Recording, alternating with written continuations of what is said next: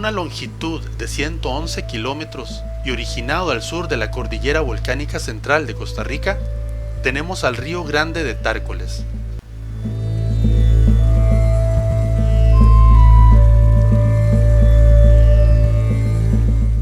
El punto más común para la observación de cocodrilos está situado en el puente Tárcoles sobre el río del mismo nombre.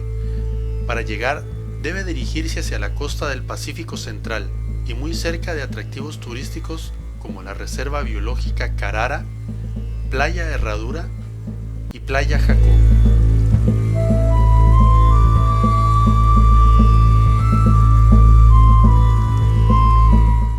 En los alrededores del río podrá visitar puntos de venta de artesanías y restaurantes.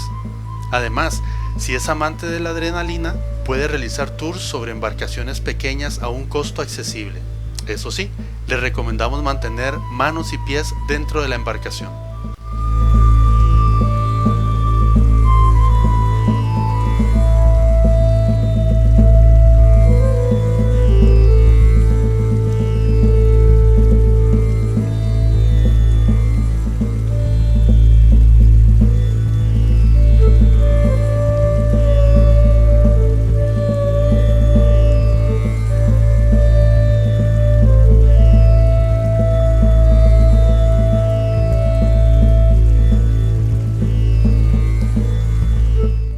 Para llegar a este punto desde San José, debe conducir 74 kilómetros con un tiempo aproximado de 1 hora y 10 minutos.